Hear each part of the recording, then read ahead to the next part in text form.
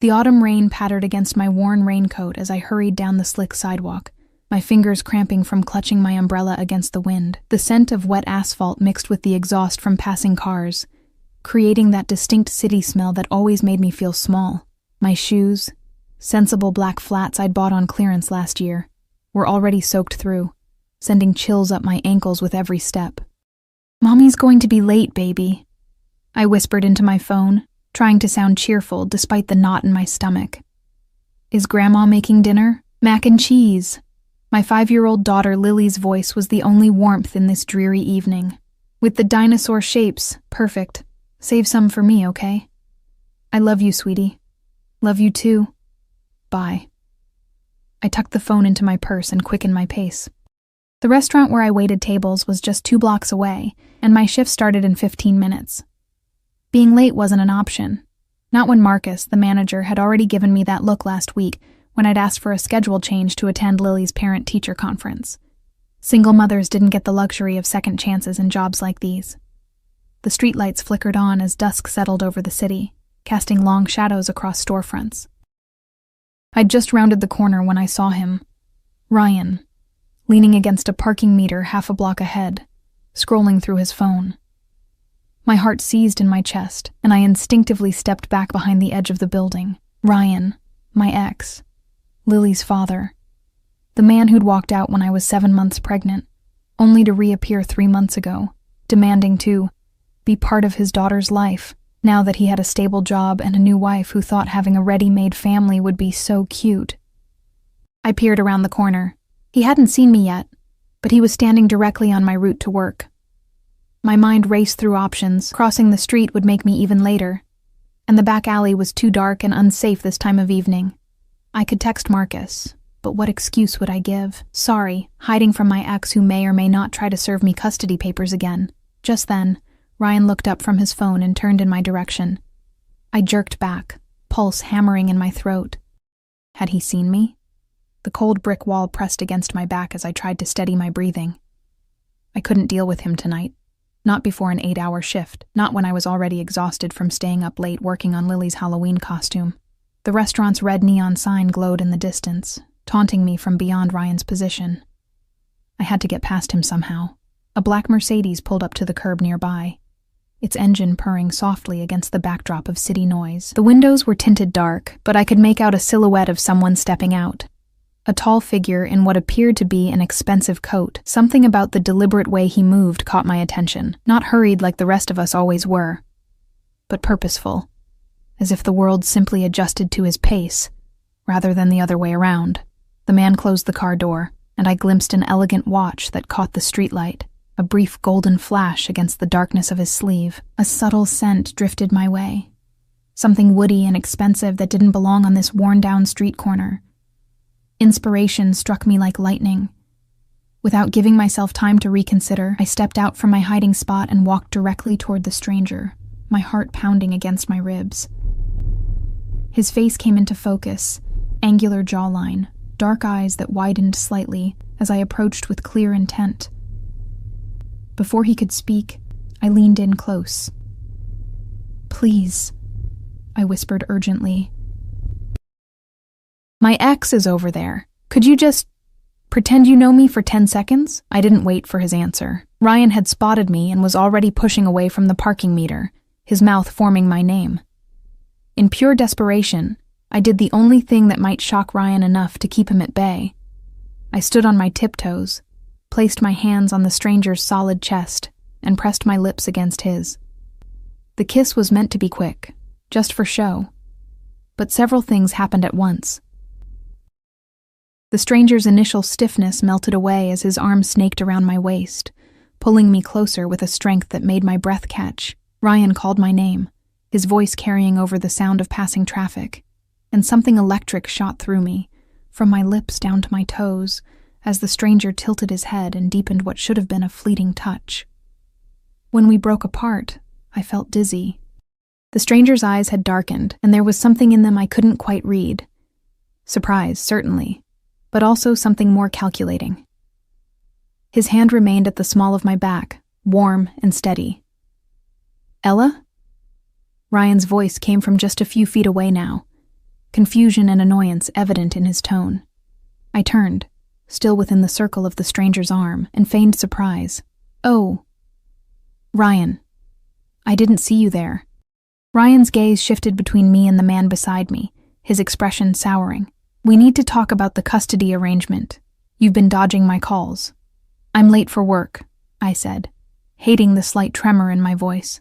"Whatever it is can wait." I felt the stranger's arm tighten almost imperceptibly around me, and he cleared his throat. When he spoke, his voice was deeper than I'd expected, with the barest hint of an accent I couldn't place. "Is there a problem?" The question was simple, but something in his tone made it sound like a warning. Ryan blinked, suddenly seeming to register the cut of the stranger's coat, the Mercedes idling at the curb, and the imposing figure standing a few paces behind us. A broad-shouldered man I hadn't noticed before, with an earpiece and an expressionless face. Ryan took an involuntary step back. No problem," he muttered. "I'll call you tomorrow, Ella." He retreated quickly, shooting glances over his shoulder as he went. I exhaled slowly, relief washing over me even as embarrassment crept up my neck in a hot flush. I stepped away from the stranger, immediately missing his warmth in the chilly evening air. "Thank you," I said, not quite able to meet his eyes. "I'm so sorry about that. I don't usually go around kissing random men on the street, I swear." When I finally looked up, I found him studying me with an intensity that made me shiver. A faint smile played at the corner of his mouth. A mouth that, moments ago, had been pressed against mine. "No apology necessary," he said. His gaze lingered on my face for a moment, before dropping to the name tag pinned to my coat. Ella. The way he said my name sent another shiver through me, this one having nothing to do with the cold. "I'm going to be late," I stammered, gesturing vaguely toward the restaurant. "Thank you again. Really." I turned to go, but his voice stopped me. "Wait." I paused, looking back over my shoulder. He stood perfectly still, the rain seeming to avoid him somehow while the rest of us got drenched. "Perhaps I could come by later, after your shift." It wasn't quite a question. The streetlight caught the side of his face, illuminating features that belonged on a magazine cover, rather than this dreary corner. High cheekbones, dark stubble along his jaw, and eyes that seemed to see right through me. "I don't even know your name," I said, my voice barely audible above the traffic. "Alexander," he replied, "but you can call me Alex." Before I could respond, a car horn blared nearby, startling me. When I looked back, he was already sliding into the back seat of the Mercedes, the door held open by the stone-faced man in the earpiece, the window rolled down just enough for me to see those dark eyes once more. "I'll see you later, Ella." The car pulled away from the curb, leaving me standing in the rain, late for work, and unable to shake the feeling that something momentous had just happened. Something I couldn't take back. I arrived at the restaurant 5 minutes late, breathless and flustered. Marcus gave me a stern look but said nothing as I hurried to clock in and don my apron. Throughout my shift, I moved on autopilot, taking orders and delivering plates while my mind replayed that kiss over and over. What had I been thinking? And worse, what if Alex actually showed up later? I didn't need complications in my life, especially not the kind that arrived in Mercedes with brooding eyes and mysterious accents. By closing time, I'd convinced myself he wouldn't come. Men like him didn't pursue women like me, harried single mothers with perpetual dark circles under their eyes and sensible shoes. The kiss had been a momentary diversion, nothing more. I was wiping down my last table when Marcus called from the front. "Ella, someone asking for you." My heart leapt into my throat as I peered toward the entrance. Through the glass door I could see the black Mercedes parked directly in front, its engine running, exhaust creating clouds in the cold night air. And there, standing just inside the doorway, was Alexander. He'd removed his coat, revealing a charcoal suit that fit him perfectly. The restaurant's dim lighting softened his features, but did nothing to diminish the power he radiated simply by standing there. Several of my coworkers had stopped what they were doing to stare, and I couldn't blame them. He looked like he'd walked off a movie set, the kind of man who belonged in penthouses and private clubs, not this neighborhood diner with its cracked vinyl booths. "Ella," he said, his voice carrying across the nearly empty restaurant.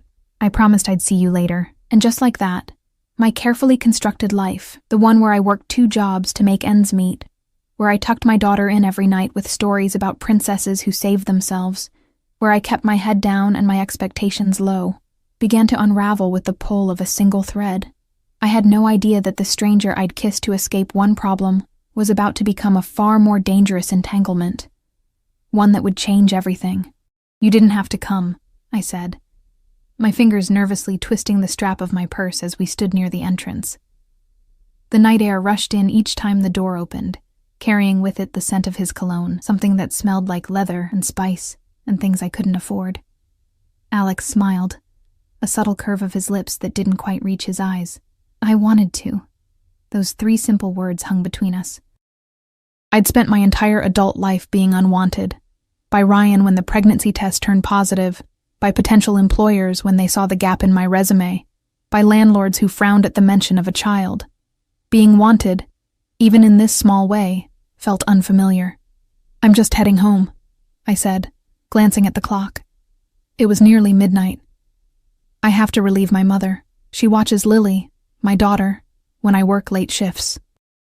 Something flickered across his face at the mention of Lily. Interest, perhaps, or calculation. "Allow me to drive you." It wasn't really a question, and every instinct told me to decline. I knew nothing about this man except that he drove an expensive car, wore clothes that probably cost more than my monthly rent, and kissed like he could read my mind. But it was raining harder now, and the thought of waiting 20 minutes for the bus, then walking 4 blocks from the stop to my apartment, made my already aching feet throb in protest. "Okay," I heard myself say. "Thank you."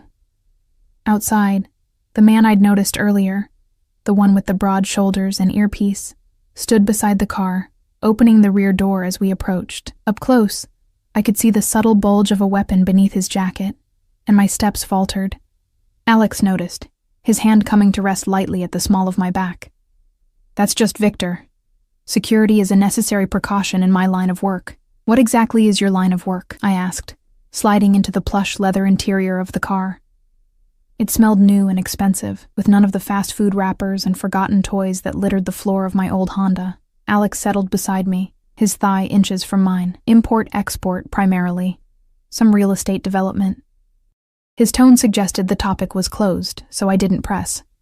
I gave Victor my address, watching as he programmed it into the navigation system without comment. The privacy partition rose silently, leaving Alex and me alone in the back seat. Rain streaked the tinted windows, transforming the city lights outside into watery smears of color. "That man at the corner," Alex said after a moment of silence. "The ex. He's Lily's father?" I nodded, surprised he'd made the connection. "Ryan. We were together for 3 years. He left when I was pregnant, and now he's back. He wants partial custody," I said, the words tasting bitter. "After 5 years of nothing, no child support, no birthday cards, nothing, he shows up with a lawyer and a new wife and decides he wants to play daddy." Alex's jaw tightened almost imperceptibly. "Men should take responsibility for their children," he said, his accent becoming more pronounced. "Family is everything." There was something in his voice, a conviction, a hardness, that made me look at him more closely. In the dim interior of the car, shadowed by passing streetlights, he seemed older than I'd initially thought, not in his features, which were undeniably handsome, but in his eyes. They held the weight of someone who'd seen too much. "Do you have children?" I asked, then immediately regretted my prying. A sad smile ghosted across his face. "No, not yet." The car turned onto my street, a row of aging apartment buildings with security bars on the lower windows. I felt a flush of embarrassment as Victor pulled up to my address. The building wasn't the worst in the neighborhood, but the flickering exterior light and graffitied mailboxes were a stark contrast to the luxury of the Mercedes. "This is me," I said unnecessarily, reaching for the door handle. "Wait." Alex's hand covered mine, warm and firm. "Have dinner with me tomorrow." I blinked, certain I'd misheard. "Dinner?" "Yes, I know a place not far from here. Good food, quiet atmosphere." My mind raced through a dozen practical objections. I had nothing to wear to the kind of restaurant someone like him would frequent. Babysitters were expensive. I had an early shift the next day, but what came out was, "Why?" The question seemed to amuse him, because I'd like to know more about the woman who kissed me on a street corner. Heat rushed to my face. "That was unexpected," he finished for me, "and interesting." "I find you interesting, Ella. No one had found me interesting in a very long time. I was a fixture, a function, a mother to Lily, a daughter to my mom, a waitress to the customers, a tenant to my landlord. Being seen as something more was both terrifying and exhilarating. "I can't," I said reluctantly. "I have Lily, and bring her." That stopped me short. Most men I'd encountered since becoming a mother treated Lily as an inconvenience at best, an outright deal-breaker at worst. None had ever suggested including her from the start. "You want to have dinner with me and my 5-year-old daughter?" I asked skeptically. Alex nodded, completely serious.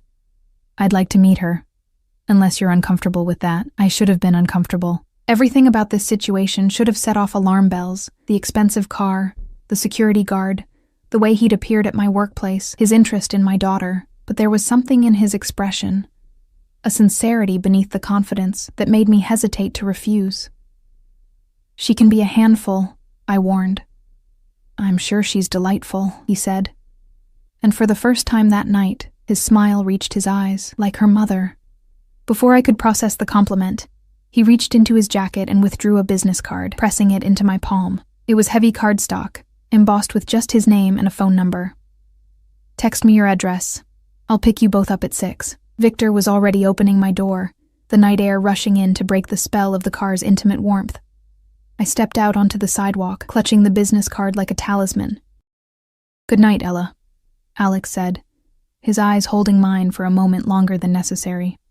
Then the door closed, and the Mercedes glided away into the rainy night, leaving me with questions that would keep me awake long after my mother left, and Lily's soft snores filled our small apartment.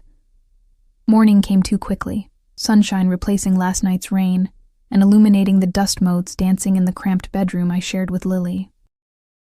She was already awake, her small fingers tracing patterns on my cheek. "Mommy, your phone keeps buzzing," she said, her breath smelling of the sugary cereal she must have already helped herself to.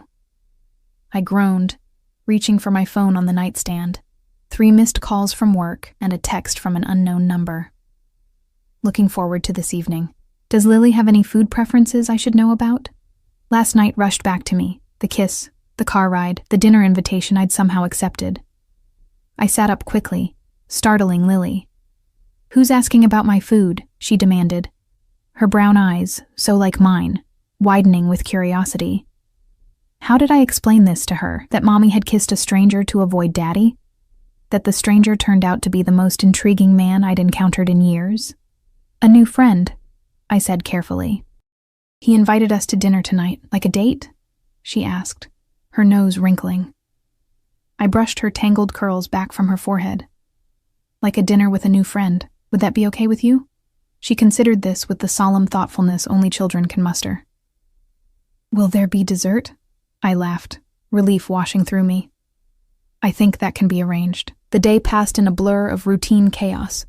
Dropping Lily at kindergarten, covering a morning shift at my second job at the convenience store, rushing home to tackle the mountain of laundry that never seemed to diminish. All the while, Alex's business card burned in my pocket, and the unanswered text message haunted my thoughts. What was I doing? Men like him didn't pursue women like me without an agenda. The logical part of my brain constructed various scenarios, none of them favorable. Perhaps he was married, looking for a diversion. Maybe he'd recognized me from somewhere, though I couldn't imagine where our paths would have crossed before. Or worst of all, perhaps this was some elaborate scheme related to Ryan and the custody battle, though that seemed far-fetched even to my paranoid mind. By late afternoon, I'd nearly convinced myself to cancel. Then Lily came home from school, bursting with excitement about meeting Mommy's new friend, and I found myself texting back instead. She loves pasta and hates anything green. "Sorry for the late reply. We'll be ready at 6. His response was immediate. Perfect. At 5:30, I stood before the bathroom mirror, scrutinizing my reflection. I'd chosen my only decent dress, a simple black wrap style I'd bought for job interviews years ago. and applied makeup with a care I rarely bothered with anymore.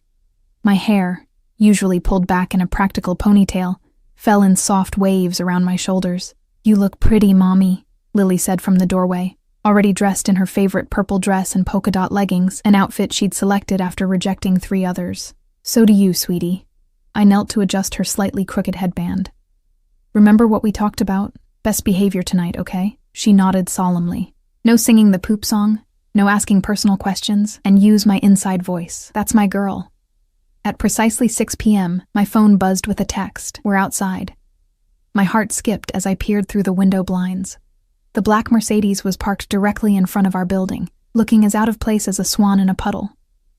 Victor stood beside it, scanning the street with practiced vigilance. "Ready?"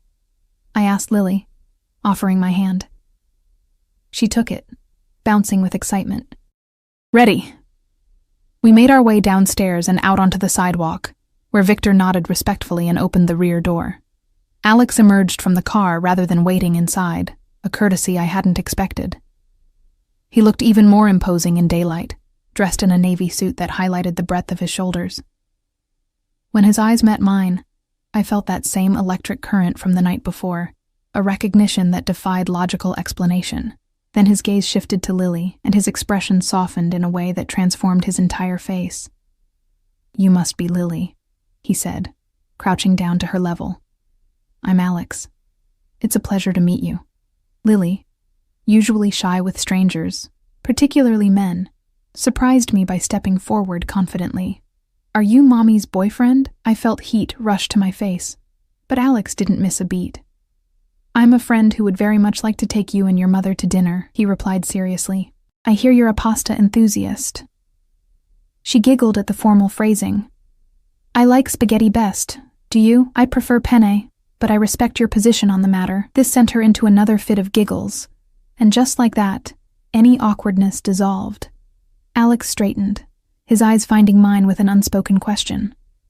I nodded, unable to suppress a smile of my own. As we settled into the car, Lily immediately peppered Alex with questions about the vehicle's features, particularly enthralled by the button that controlled the privacy partition. He answered each query with a patience I found both surprising and touching. The restaurant wasn't what I expected. Not some ultra-exclusive establishment in the city center, but a cozy Italian place in a neighborhood adjacent to mine. As we entered, the maitre d' greeted Alex by name, leading us to a corner table partially secluded by a decorative screen.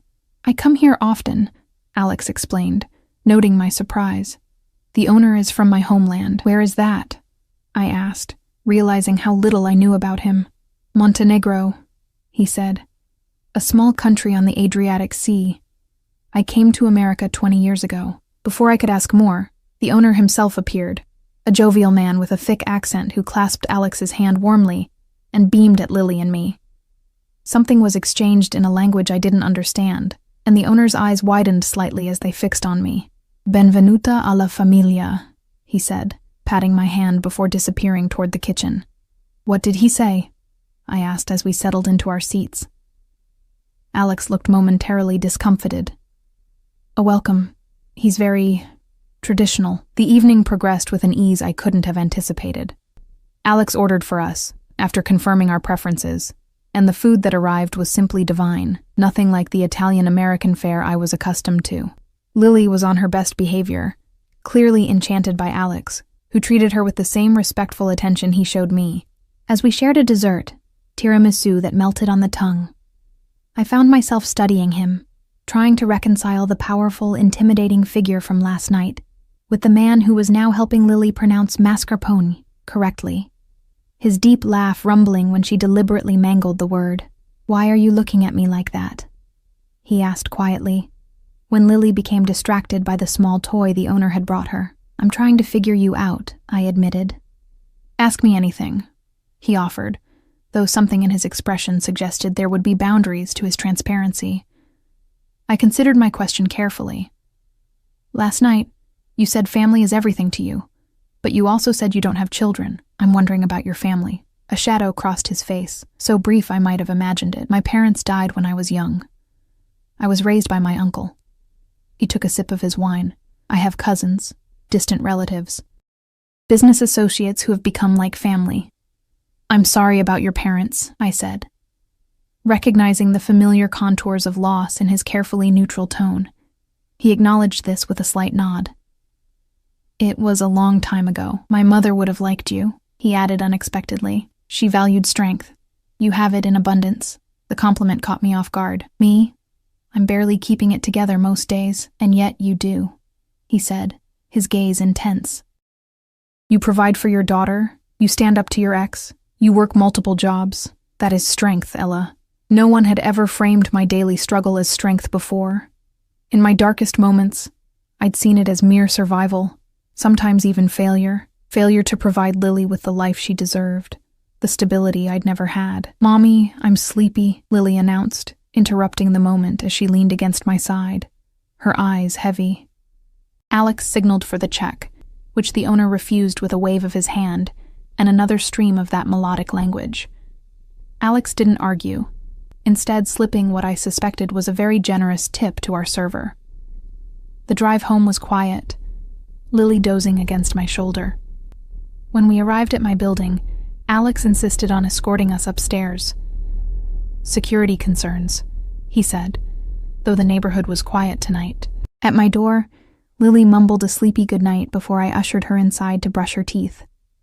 When I returned to where Alex waited in the hallway, I found myself suddenly nervous, unsure of the protocol for ending an evening that wasn't quite a date, but felt far more significant than a casual dinner.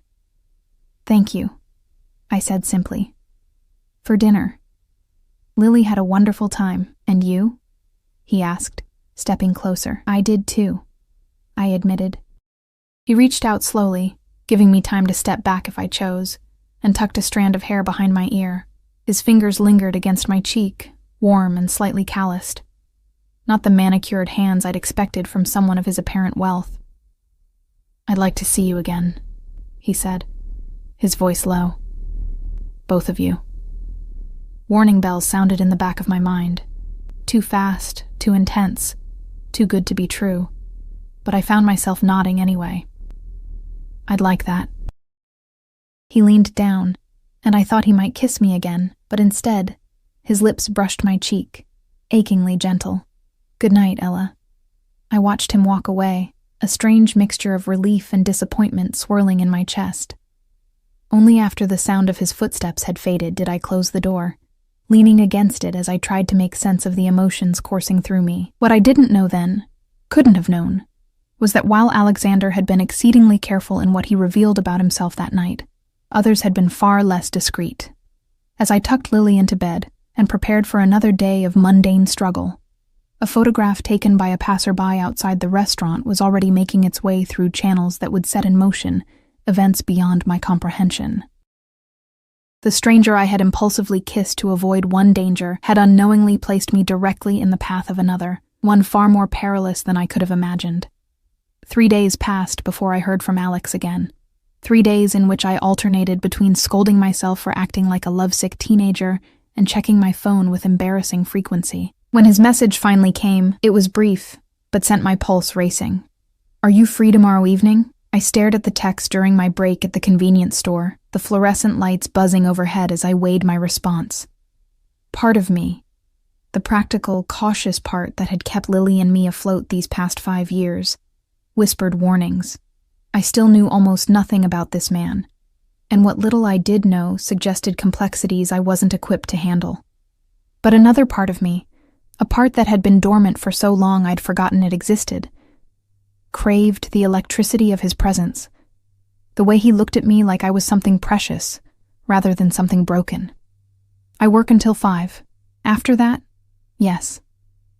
I typed back, then added, "Lily has a play date until 8. His reply was immediate. "I'll pick you up at 5:30. Just us this time. Just us." The prospect was both thrilling and terrifying. "Dreamy smile you've got there," observed Margot, my 60-something co-worker, as she shuffled past with a stack of cigarette cartons. "Must be a man." I slipped my phone into my pocket, embarrassed at being caught. "Just making plans with a friend." Margot's penciled eyebrows rose skeptically. "Friend, huh? Well, whoever put that look on your face, hold on to him. Been a while since I've seen you looking anything but exhausted." I returned to restocking the cooler, but Margot's words lingered. Had I really become so worn down that a simple spark of happiness was noteworthy? The next evening, I rushed home from work and showered in record time, blow-drying my hair with one hand while applying mascara with the other. Lily watched from her perch on the closed toilet lid, swinging her legs and offering fashion advice. "Wear the blue top," she declared. "Alex will think you look pretty." I paused, mascara wand midair. "Honey, this isn't... Alex and I are just friends." She gave me a look far too knowing for her 5 years. "He looks at you the way Prince Charming looks at Cinderella in my book." "Oh, really?" I tried to sound amused rather than flustered. "And how's that?" "Like your magic," she said simply. I had no response for that. Instead, I changed the subject, asking about her upcoming playdate with her friend Emma. As she chattered excitedly, I found myself reaching for the blue top she'd suggested, a silky blouse with a modest neckline that nonetheless made me feel feminine in a way my work uniforms never did. At precisely 5:30, my phone buzzed. This time, there was no sleek Mercedes waiting outside, just Alex himself, standing on the sidewalk in dark jeans and a charcoal sweater that made him look more approachable, but no less magnetic. His customary security was nowhere to be seen. "No Victor tonight?" I asked as I approached, suddenly self-conscious. Alex's eyes traveled over me in a way that made my skin warm despite the autumn chill. "I thought we'd be less conspicuous this way."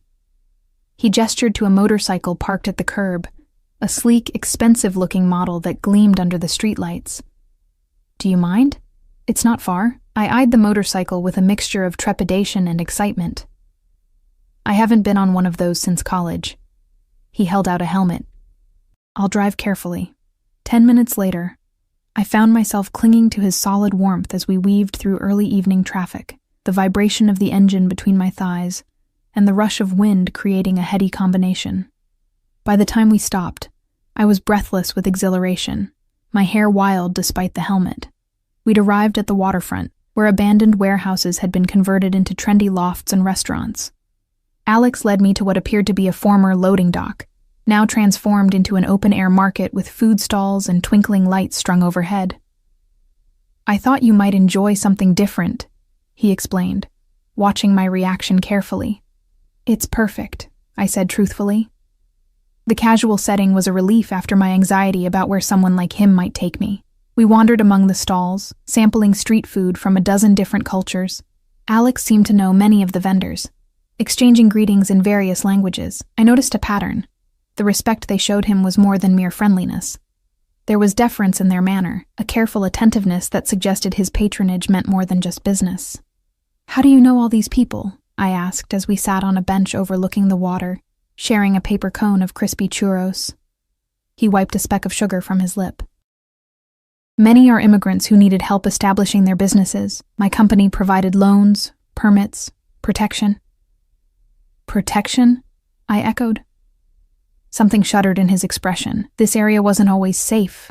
There were elements that made it difficult for honest people to operate. Before I could pursue this thread, he changed the subject, asking about my childhood, my dreams before life took its unexpected turns.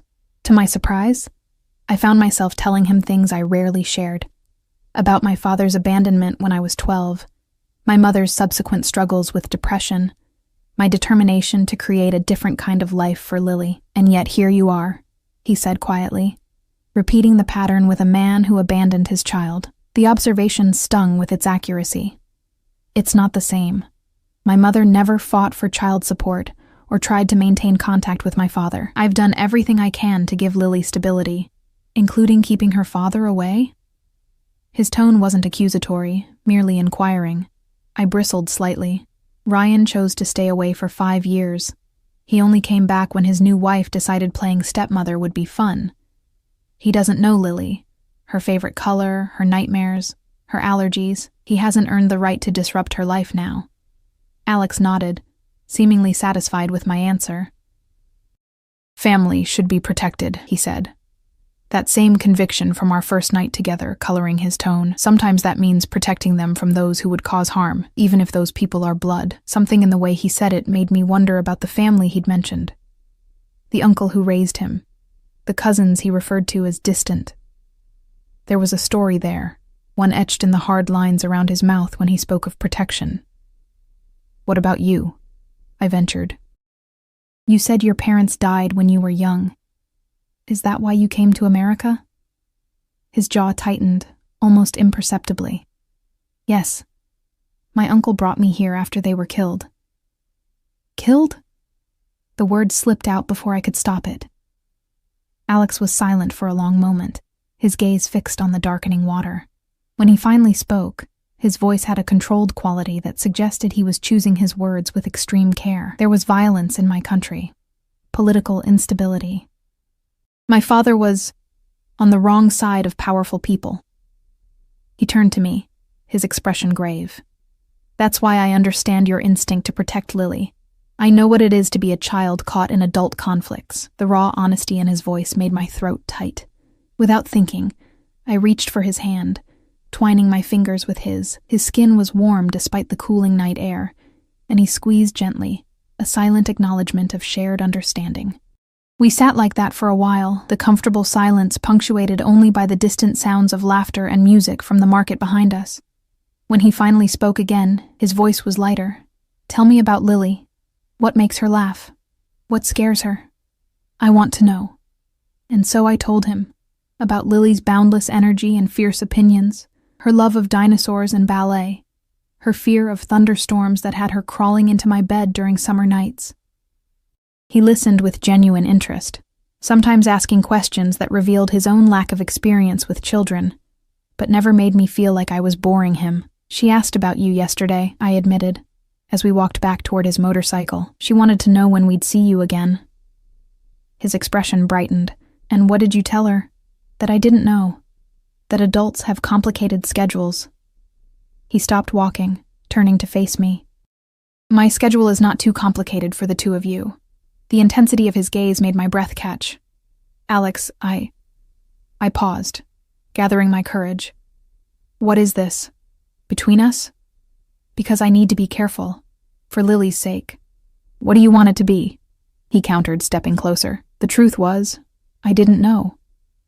The sensible part of me recognized all the warning signs, the speed of our connection, the obvious differences in our worlds, the mysteries he seemed reluctant to explain. But standing there in the gentle glow of the market lights, with the scent of salt water and his cologne mingling in the air between us, sensible was the last thing I wanted to be. I began, but my phone's shrill ring interrupted the moment. Flustered, I fumbled to answer it. Emma's mother's voice came through, sounding apologetic. "Ella, I'm so sorry, but Lily's not feeling well. She says her stomach hurts, and she's asking for you."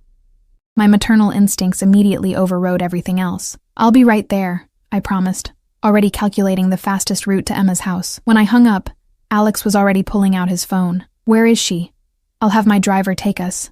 "No, I can grab a ride share."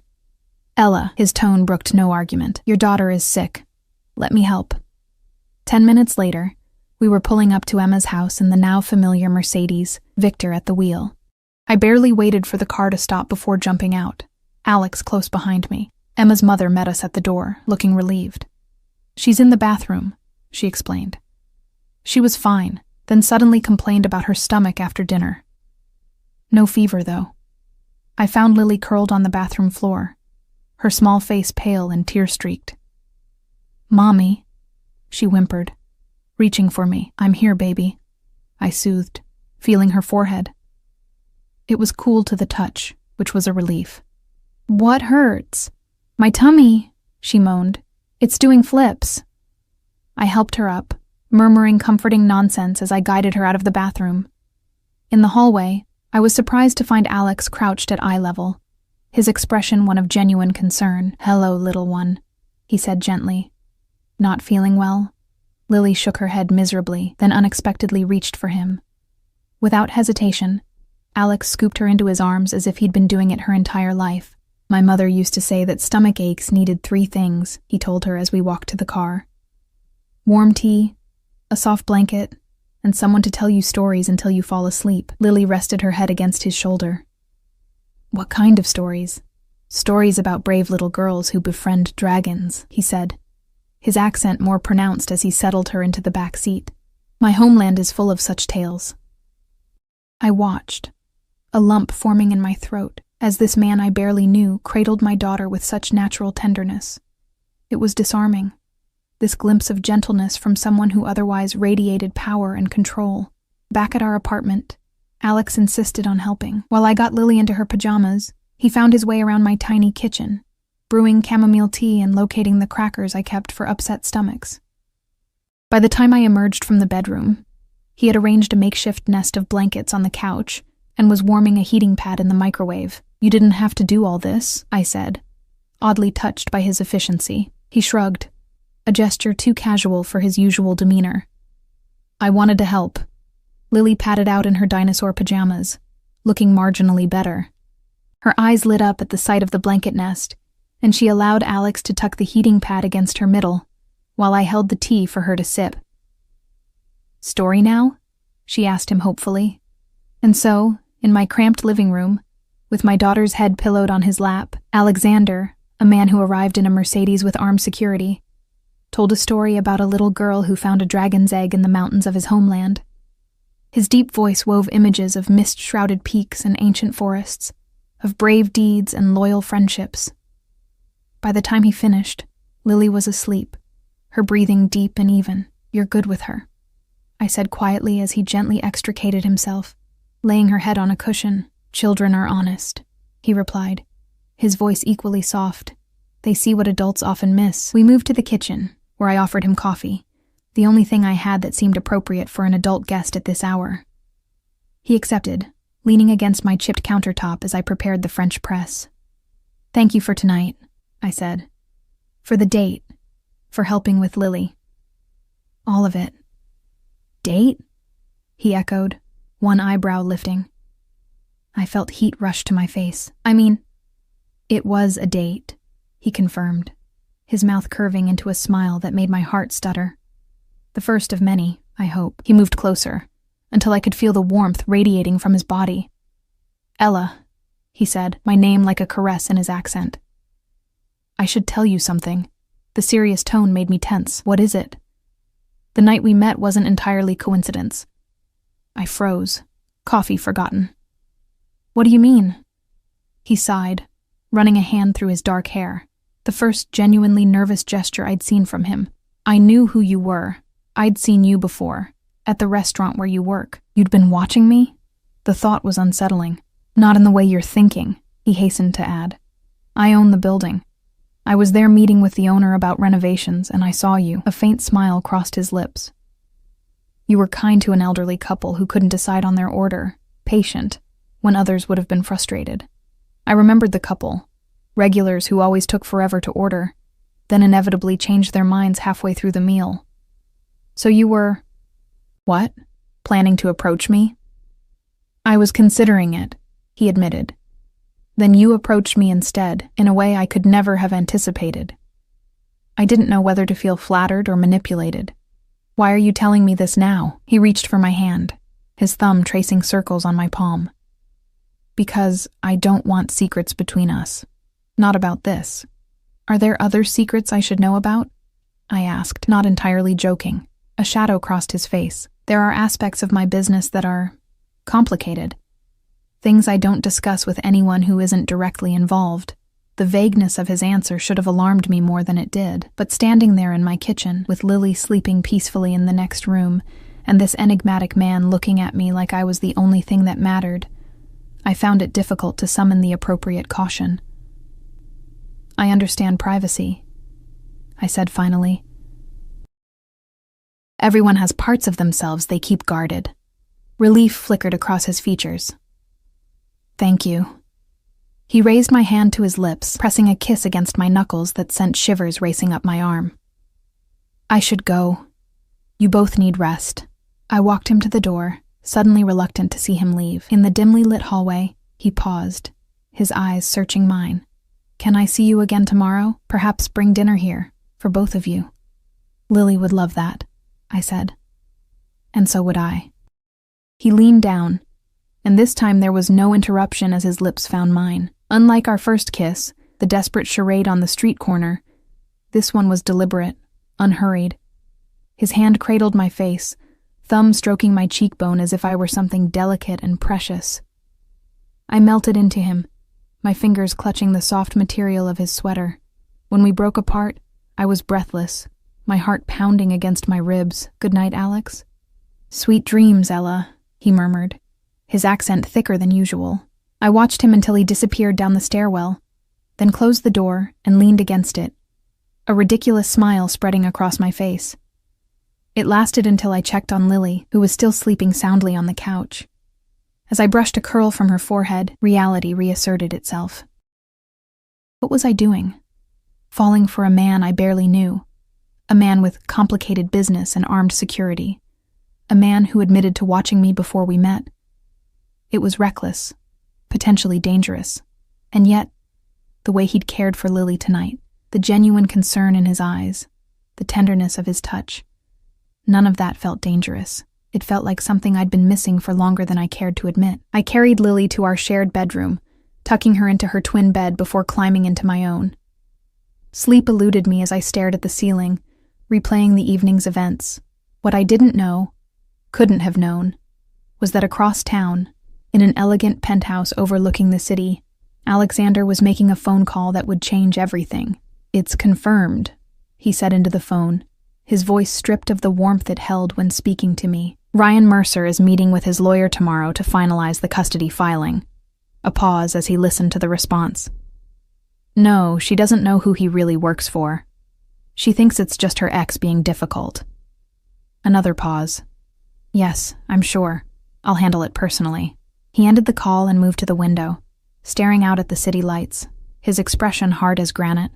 "No one threatens what's mine," he murmured to the empty room. "No one." Meanwhile, I drifted to sleep, oblivious to the forces already in motion. Forces that would soon reveal the true nature of the man I was falling for, and the real reason he'd entered my life. Morning sunlight filtered through the threadbare curtains of our bedroom, warming my face as I slowly woke. Lily was already up, her bed empty, and I could hear the muffled sound of cartoons from the living room. For a moment, I simply lay there, savoring the peaceful start to my day off, a rare luxury in my normally hectic life. Then the memories of last night flooded back. Alex's revelation that he'd noticed me before our chance meeting. The way he'd cared for Lily. That kiss that had left me dizzy and wanting more. I touched my lips, half expecting them to still tingle from his touch. My phone chimed with a text message, and I reached for it, smiling when I saw Alex's name. "Good morning. How is Lily feeling?" The simple inquiry warmed me more than it should have. "Much better, thank you. Already up watching cartoons. I'm glad to hear it. Would 6 p.m. work for dinner tonight?" I typed back a confirmation, then forced myself to set the phone aside and start my day. There were errands to run, laundry to finish, and a stack of bills waiting for my attention. The mundane realities that grounded me when Alex's presence threatened to sweep me into a fantasy world. Lily and I spent the morning at the local park, where she seemed fully recovered from last night's stomachache, racing around the playground with her usual boundless energy. I sat on a bench watching her, my mind drifting between practical concerns and daydreams about the evening ahead. "Ella?" I turned at the familiar voice, my stomach immediately knotting. Ryan stood a few feet away, dressed in the business-casual attire of his new job as an insurance adjuster, his expression cautiously friendly. "What are you doing here?" I asked, instantly on guard. The park wasn't in his neighborhood. He gestured vaguely. "I was in the area for a client meeting. Thought I might run into you two." His eyes tracked Lily on the swings. "She's gotten taller." "Children do that," I said, unable to keep the edge from my voice. "Especially when you haven't seen them for 5 years." Ryan winced but didn't retreat. Instead, he sat beside me on the bench, maintaining a respectful distance. "I deserve that. I deserve worse, actually." He ran a hand through his hair, still the same nervous gesture from when we were together. "I was hoping we could talk about Lily. We have nothing to discuss until I hear from my lawyer." The words came out automatically, a defensive shield I'd constructed after his first attempts to reconnect. "That's just it," he said, his voice lowering. "I'm dropping the custody case." I blinked, certain I'd misheard. "What?" "I'm backing off," he continued, No court, no custody battle. I want to be in her life, Ella, on your terms.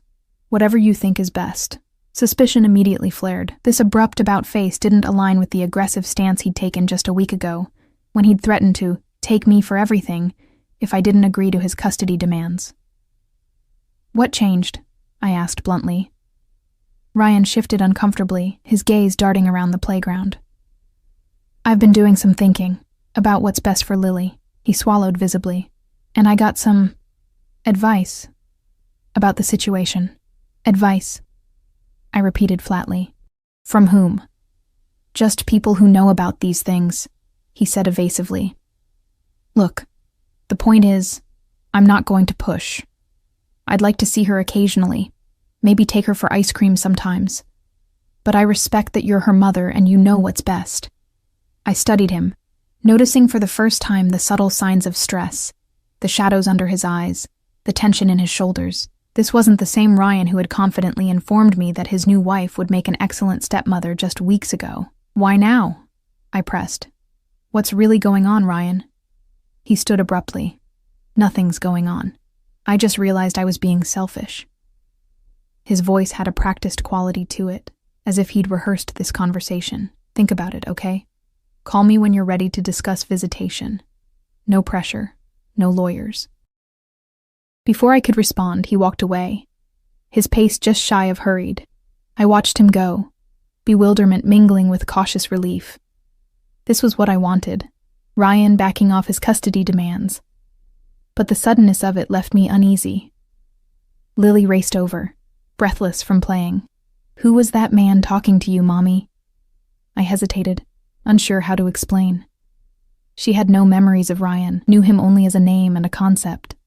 The father who wasn't there. "Just someone I used to know," I said finally. "Are you hungry? Let's get lunch." Throughout the afternoon, Ryan's strange behavior nagged at me.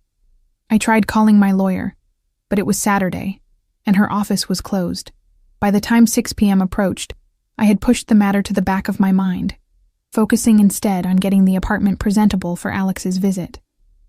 "Is your friend coming soon?" Lily asked, bouncing on the balls of her feet as I straightened the living room. "Yes, and his name is Alex, remember?" I smiled at her excitement. "He's bringing dinner." "I hope it's pizza," she said fervently. As if summoned by her wish, there was a knock at the door. I opened it to find Alex standing there, more casually dressed than I'd seen him before in dark jeans and a simple button-down shirt, his arms laden with bags that smelled tantalizingly of tomato sauce and cheese. "I was told on good authority that pizza is the proper meal for recovering from stomach aches," he said with a smile that made my heart flutter. Lily squealed with delight, immediately taking one of the smaller bags from him and peeking inside. "Cookies!" she exclaimed. "Mommy, he brought chocolate chip cookies!" Alex stepped inside, his eyes warm as they met mine. "I hope that's all right. I should have asked about dessert." "It's perfect," I assured him, taking some of the bags. "Everything smells wonderful." He leaned down to press a brief kiss to my cheek, his hand lingering at the small of my back. "You look beautiful," he murmured, his voice low enough that only I could hear. I blushed, suddenly conscious of my simple jeans and sweater. "It's just casual Saturday clothes." "Nevertheless," he insisted with a smile. Dinner was a lively affair, with Lily commanding much of the conversation, telling Alex elaborate stories about her day at the park and her kindergarten adventures. He listened with genuine interest, asking questions that showed he was truly paying attention, not just humoring her. "And then Emma said her dad is taking her to Disney World next summer," Lily was saying, as she picked the pepperoni off her third slice of pizza. "Have you ever been to Disney World, Alex?" He shook his head solemnly. "I have not had that pleasure. Maybe you could come with us someday," she suggested, with the innocent presumptuousness of childhood. "Mommy says we'll go when I'm 7, if we save enough money." I felt heat rush to my face.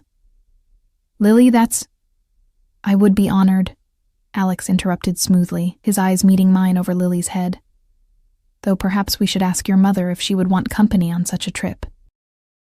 Lily turned to me expectantly. "Can Alex come with us to Disney, Mommy, please?" Trapped between my daughter's hopeful expression and Alex's carefully neutral one. I fumbled for a response. That's still a long way off, sweetheart. We'll see. Alex smoothly changed the subject, asking Lily about her favorite Disney characters, but the moment lingered in my mind. The casual way he had inserted himself into our future plans, the ease with which Lily had accepted the idea of him joining our little family unit. It was simultaneously thrilling and terrifying. After dinner, Lily insisted on showing Alex her collection of stuffed animals, each with its own elaborate backstory. I used the opportunity to clear the table and load the dishwasher, grateful for a moment to collect my thoughts. I was rinsing plates when I felt Alex's presence behind me. His hand settled on my waist, gentle but firm. "She's looking at her Disney book," he murmured, his breath warm against my ear. "Planning our trip in detail, it seems." I turned to face him, finding myself trapped between his body and the counter. "You shouldn't encourage her like that. Disney World, really? Why not?" He reached up to tuck a strand of hair behind my ear, his touch sending shivers down my spine. "Is it so hard to imagine us still being in each other's lives 2 years from now?" The question caught me off guard with its directness. "Alex, we've known each other for a week. Some things don't require years to recognize," he said, his accent thickening as it often did when he spoke with intensity. "From the moment you kissed me on that street corner, I knew you were different. Special. Because I assaulted you with my lips to avoid my ex?" I tried to joke, uncomfortable with the weight of his words. He didn't smile. "Because you were brave, resourceful, beautiful." His hand cupped my cheek. "I've known many women, Ella. None have affected me the way you do." The sincerity in his voice was almost painful to hear. Part of me wanted to lean into it, to accept the fairy tale he seemed to be offering. But the practical part of me, the part that had survived abandonment and single motherhood and countless disappointments, couldn't surrender so easily. "There's still so much I don't know about you," I said quietly. His expression shuddered slightly. "What do you want to know?" I took a deep breath. "I ran into Ryan today, at the park." If I'd expected surprise, I was disappointed. Alex's face remained carefully neutral. "Your ex? What did he want?" "That's the strange part. He told me he's dropping the custody case, completely backing off." I watched Alex closely as I continued. "He said he received some advice that changed his mind." Something flickered in Alex's eyes. Satisfaction, perhaps, quickly masked. "People can have changes of heart. Ryan doesn't have a heart to change," I countered. "He's been threatening me with lawyers for weeks, and suddenly he's willing to see Lily on my terms? It doesn't make sense." Alex stepped back slightly, creating space between us. Perhaps he realized he was fighting a losing battle. Or perhaps someone convinced him to back off, I said, my suspicion crystallizing as I watched his reaction. "Someone like you." His silence was answer enough. "What did you do, Alex?" I asked, my voice barely above a whisper. "Did you threaten him? Pay him off?" "I protected what matters to me," he said finally, his tone even but with an underlying steel I hadn't heard before. "You and Lily deserve peace, not harassment from a man who abandoned his responsibilities." A chill ran down my spine despite the warmth of the kitchen. "That wasn't your decision to make. You had no right." "He was hurting you," Alex interrupted, his control slipping for the first time since I'd known him.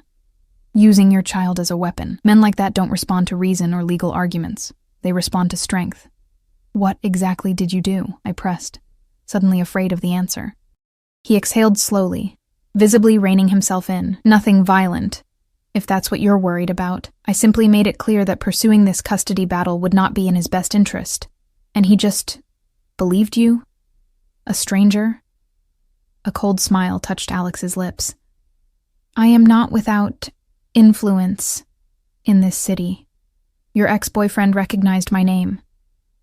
The implications of that statement hung in the air between us. I thought about the deference shown to him at the restaurant, the armed security, the way he spoke of protection with such conviction. "Who are you, really?" I asked, my voice steadier than I felt. He held my gaze unflinching. "I am a businessman with interests in many areas. Some of those areas operate in gray zones of the law. My family came to this country with nothing, and we built something substantial, not always by following the rules." Your family? I echoed. The uncle who raised you, he nodded. My uncle made certain decisions after my parents were killed, decisions that shaped our future in this country.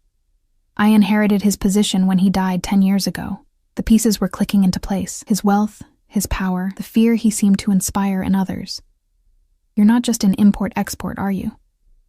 That is one aspect of my business, he said carefully. But no, not just that. Are you... I hesitated, the word feeling absurd even as I said it. Are you in the Mafia? For a moment, I thought he might laugh or dismiss the question. Instead, he sighed, running a hand through his dark hair. That word has certain Hollywood connotations, he said. But yes, I lead an organization that some would categorize that way. We have interests in legitimate businesses throughout the city, but also in enterprises that operate outside conventional laws. I took an involuntary step back, my mind reeling. You're a criminal. I am a man who provides for his people, he corrected, a hint of defensiveness creeping into his tone. Who protects those who rely on him, who ensures that businesses can operate without harassment, that neighborhoods stay safe, that disputes are settled without involving authorities who don't understand our communities. And you what? Shake people down for money? Deal drugs? Kill people? My voice rose slightly before I caught myself, glancing toward the living room where Lily was still engrossed in her book. Alex's expression hardened. I don't deal in drugs or human trafficking. Those are lines I don't cross. As for the rest, he shrugged, the gesture somehow more chilling for its casualness. I do what is necessary to maintain order and respect. I wrapped my arms around myself, suddenly cold despite the warm kitchen. I can't have this in my life, in Lily's life. You know that, right? Pain flashed across his features, quickly masked by resignation. I understand your concern, but Ella, you must know I would never allow any harm to come to either of you. Quite the opposite. My world might be dangerous, but those under my protection are the safest people in this city. Under your protection, I repeated. Is that what we are to you? People to protect? Possessions? No, he said fiercely, stepping forward to grasp my upper arms. You are everything to me, both of you. From the moment I saw you in that restaurant, something in me recognized something in you, and when you kissed me, he broke off, a rueful smile touching his lips. I was lost. The intensity in his eyes was almost frightening. You don't even know me, I whispered. I know enough, he insisted. I know you're strong, loyal, fierce in protecting what you love. I know you work harder than anyone should have to. I know your laugh, your scent, the way you look at your daughter like she's the most precious thing in the world. His thumb brushed my cheek. I know I want to give you everything you've ever been denied. Part of me, a treacherous, yearning part, wanted to lean into his touch, to accept the protection and passion he offered. But the rational part of my brain was screaming warnings. Mommy? Lily's voice broke the tension as she appeared in the kitchen doorway, clutching her Disney book. Can we have cookies now? I stepped away from Alex, forcing a smile. Sure, sweetie, just one, though. It's almost bedtime. As I moved to get the cookies, the doorbell rang. I frowned, not expecting anyone. I'll get it, Alex said, his demeanor instantly shifting to alert wariness. He motioned for me to stay with Lily as he moved toward the door, his posture suddenly reminding me of a predator scenting danger. Through the kitchen doorway, I watched him check the peephole, his body language relaxing slightly before he opened the door. A man in a dark suit stood there, not Victor, but someone with the same watchful demeanor. They spoke in hushed tones, the visitor's expression grave. Whatever news he delivered caused Alex's posture to stiffen, his hand clenching at his side. After a brief exchange, the man left, and Alex closed the door, his face a mask of controlled fury when he turned back toward me. What is it? I asked, instinctively pulling Lily closer to my side. A business matter that requires my attention, he said, his voice carefully modulated. I'm afraid I have to leave. Lily's face fell. But what about cookies and the movie? Alex crouched to her level, his expression softening. I'm sorry, little one. Another time, I promise. He touched her cheek gently. Save a cookie for me, yes? She nodded solemnly, and he straightened, his eyes finding mine over her head. I'll call you tomorrow, he said. We should finish our conversation. The undercurrent in his tone made it clear he was referring to his revelation about his true identity. I nodded numbly, still processing the bombshell he'd dropped. At the door, he hesitated, then leaned in to brush his lips against my temple. "Don't make decisions tonight," he murmured. "Just think, and remember how you feel when we're together." Then he was gone, his footsteps echoing down the hallway as Lily and I stood in the doorway. Through the window, I watched him slide into the back seat of the waiting Mercedes, his face set in hard lines I hadn't seen before. "Is Alex coming back?" Lily asked as I closed the door. I stroked her hair, unsure how to answer. "I don't know, sweetie." That night, after tucking Lily into bed, I sat at the kitchen table with a cup of tea gone cold, turning over everything I'd learned. Alex was not just a mysterious businessman. He was some kind of organized crime boss, a man who operated outside the law, who had enough power to frighten Ryan into dropping his custody claims. I should have been terrified, should have been planning how to extricate myself from his life. Instead, I found myself remembering the tenderness with which he'd held Lily when she was sick, the way he listened to her stories with genuine interest, the passion in his voice when he spoke of protection and family. My phone chimed with a text message, startling me from my thoughts. "You and Lily are safe. I've arranged for someone to watch over your building tonight. We'll talk tomorrow." "Rest well, Ella." I stared at the message, unsure whether to find it comforting or disturbing that he had someone watching over us. Before I could decide how to respond, another text came through. "No matter what you decide about us, know that you will always have my protection. Both of you. That is non-negotiable." The presumption in those words should have angered me. The assumption that we needed his protection, that he had the right to provide it without my consent. Instead, I felt a confusing mixture of irritation and security, like being wrapped in a blanket that was both constraining and warm. I was composing a response when an urgent knock at the door made me jump. It was nearly midnight, too late for casual visitors. Fear spiked through me as I approached the door cautiously, peering through the peephole. What I saw made my blood run cold. 2 uniformed police officers stood in the hallway, their expressions grave. With trembling fingers, I opened the door. "Yes? Ella Mercer?" the female officer asked. "Yes, that's me. I'm Officer Chen. This is Officer Ramirez. May we come in? We need to speak with you about Ryan Mercer." My heart hammered against my ribs. "What about him? Has something happened?" Officer Chen's expression softened slightly. "Ms. Mercer, I'm sorry to inform you that Ryan Mercer was found deceased earlier this evening. His vehicle was involved in what appears to be a single-car accident." The floor seemed to shift beneath my feet. "Dead? Ryan is dead?" "Yes, ma'am. And we have some questions about his relationship with you, as well as your relationship with Alexander Dragovich." The formal pronunciation of Alex's full name sent a chill through me. As the officers stepped into my apartment, their questions already beginning, my phone buzzed with another incoming text. I glanced down, seeing Alex's name on the screen along with a preview of his message. "Don't speak to anyone until my lawyer arrives. I had nothing to do with..." The rest was cut off, but the implication was clear. As I looked up at the waiting officers, the reality of my situation crashed down around me. Somehow, in the space of a week, I had gone from a struggling single mother to a woman entangled with a man powerful enough to make my ex back off, dangerous enough to warrant police suspicion, and possessive enough to place me under his protection, whether I wanted it or not. And the most frightening part, despite everything, a part of me still yearned for his touch, still responded to the memory of his voice, still wondered if the connection between us was worth the danger it clearly represented. "Ms. Mercer?" Officer Chen prompted. "Are you ready to answer some questions?" I took a deep breath, glancing toward the bedroom where Lily slept peacefully, unaware that her father, a man she'd never really known, was gone forever, and that the man she'd so quickly embraced might be responsible. "Yes," I said quietly.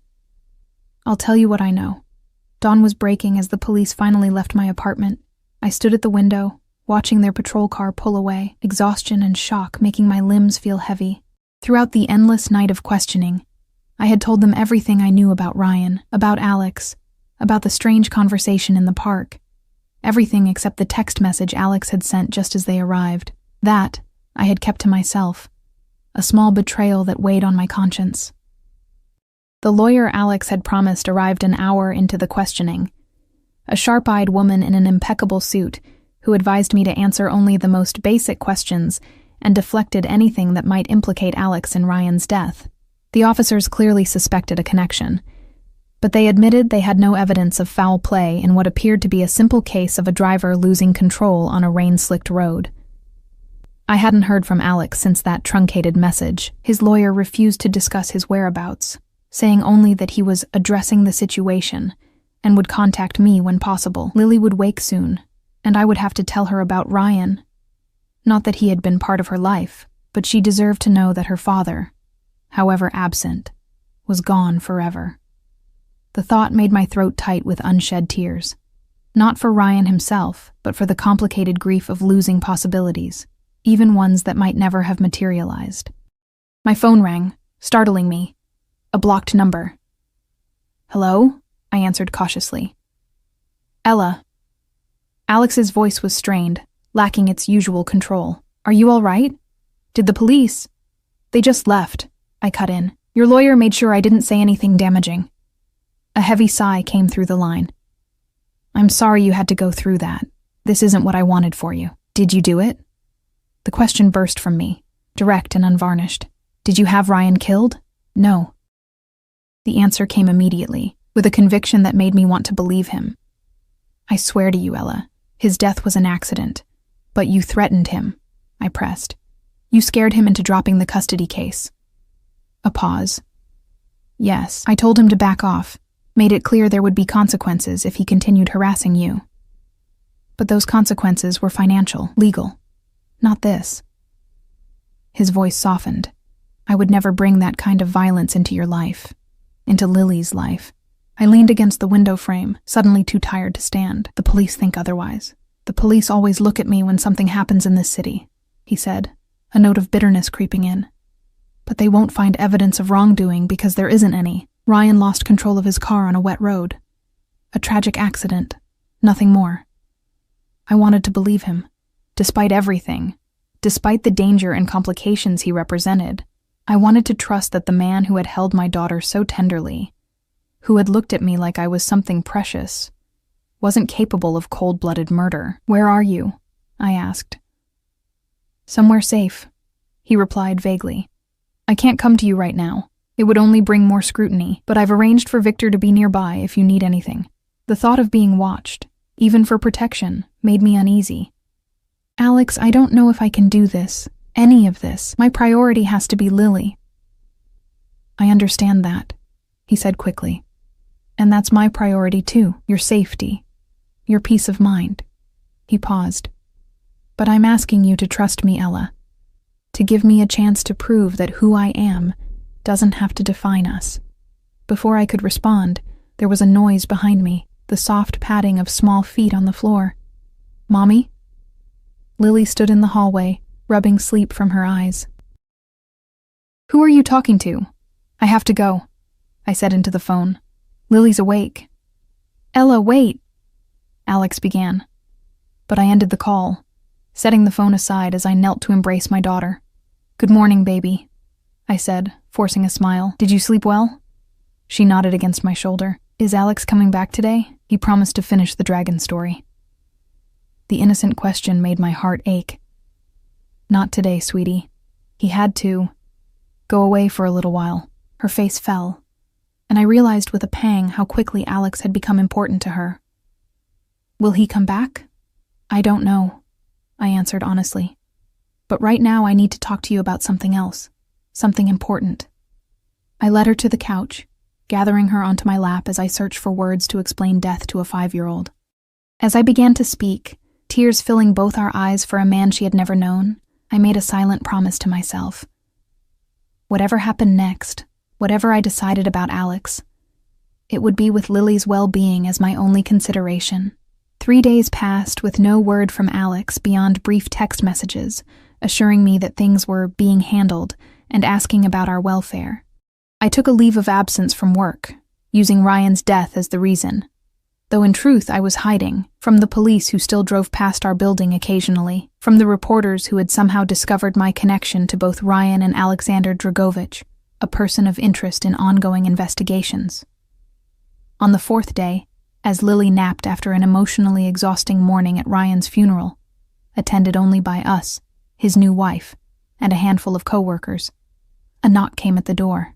Through the peephole, I saw Victor's impassive face. "Ms. Mercer," he said when I opened the door, "Mr. Dragovich requests your presence." "I can't leave, Lily," I said, gesturing to the bedroom where she slept. Victor nodded, unsurprised. "He anticipated that. The car is waiting when you're ready, both of you." An hour later, with Lily still groggy from her nap, we were being driven through the city toward the waterfront. Passing the market where Alex and I had shared churros just a week ago, the car continued beyond the renovated warehouse district to a more secluded area, eventually pulling up to a modern building with glass walls overlooking the water. Victor escorted us through a private entrance and up an elevator that required a key card. When the doors opened, we stepped directly into a spacious penthouse apartment with breathtaking views of the harbor. Alex stood at the window, his back to us, his posture tense. "Alex!" Lily broke free from my grasp and ran to him. He turned, his face lighting up as he crouched to catch her in his arms. "Hello, little dragon," he said, using the nickname from his stories. The tenderness in his voice made my throat tight. When he stood, Lily settled on his hip. His eyes met mine, cautious, searching. "Thank you for coming." "Victor didn't make it sound optional," I replied, though we both knew I could have refused.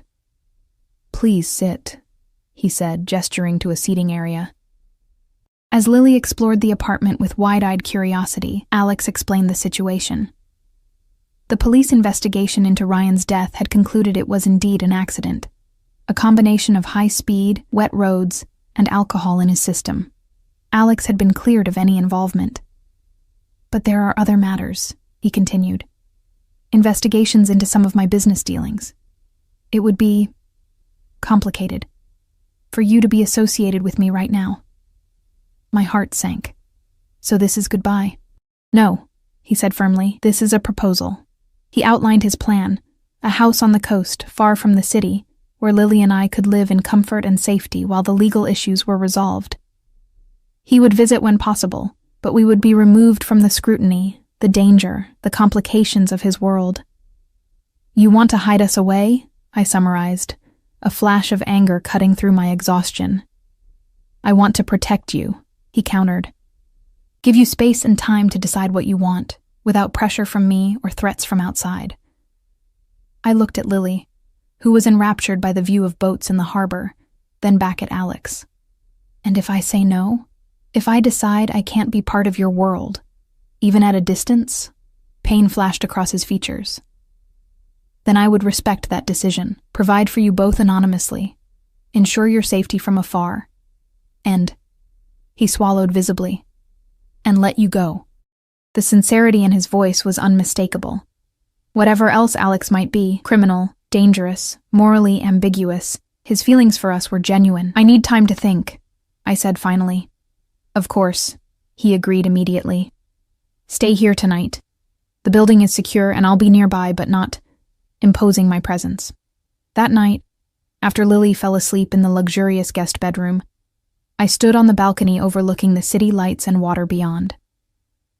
The past 2 weeks had transformed my life in ways I never could have imagined, bringing danger and loss, yes, but also passion and possibility I'd thought forever beyond my reach.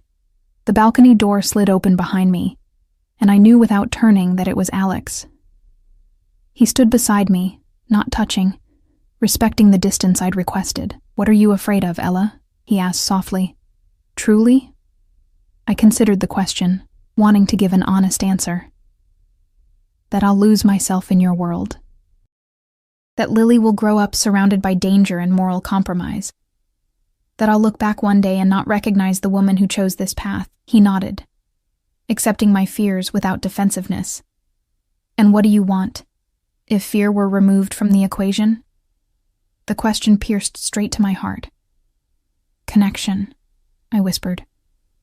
"Security. Passion. A partner who sees me, really sees me. I turn to face him. I want Lily to have a father who would move mountains for her, who tells her stories about dragons, and believes she can tame them. Alex's eyes shimmered in the dim light. I can be that man, Ella. I won't pretend my past isn't dark or that my business is entirely clean. But with you, with Lily, I see a future worth changing for.